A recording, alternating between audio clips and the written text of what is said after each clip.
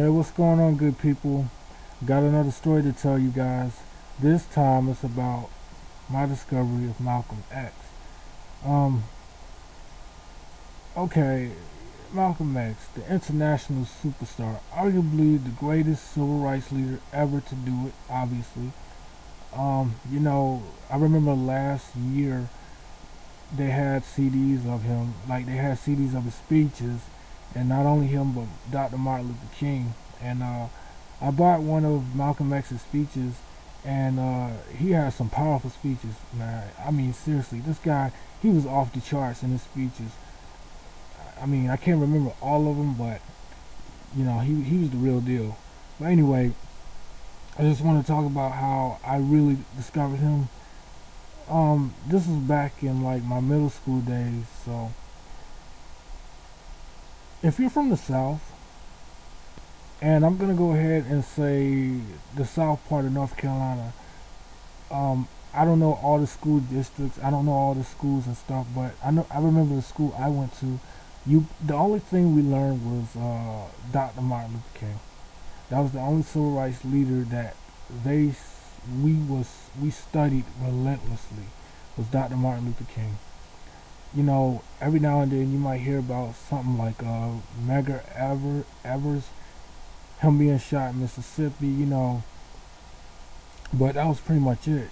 Now, at this time, I had a project to do, like in my class, and I became fascinated with King, learning about everything about him. From his family. Of course, his mom was shot in the church. His dad died of a heart attack, and his brother drowned in a pool, I believe. So, and then going to like watching some of his speeches, like I Have a Dream, of course, everybody knows that one, and the last speech he did before his death. So I pretty much knew everything about Martin Luther King, of course, and then a part of me would always wonder, why is this guy preaching about nonviolence? When you would see like police's using fire hose to wash black people and stuff, and they would kick black people in the crouch, and have the dogs on us. It's like, why was this guy preaching about nonviolence? But I was young at the time, and I was just that was always in a part of my head. But I thought it was for the greater good. So anyway, then at the time I heard about Malcolm X very rarely, but the only time I would hear about Malcolm X was like in a very negative light. Like some people would say he was criminal. I remember one teacher saying that he loved Malcolm, but he was too aggressive or something like that. But anyway, at that time, I became curious of Mr. X.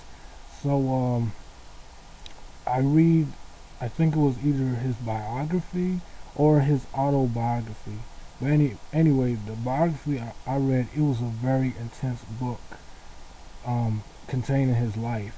It talks about from him when he was born, his dad getting killed, his mom uh, being taken away into a mental institution, his family being split apart, him going to jail, um, him being taken on Elijah Muhammad's wing, and him emerging into this hot preacher, and of course like other stuff as well. But until like his death, it was a very powerful read. It was a life changing experience for me at the time when I read that book about him.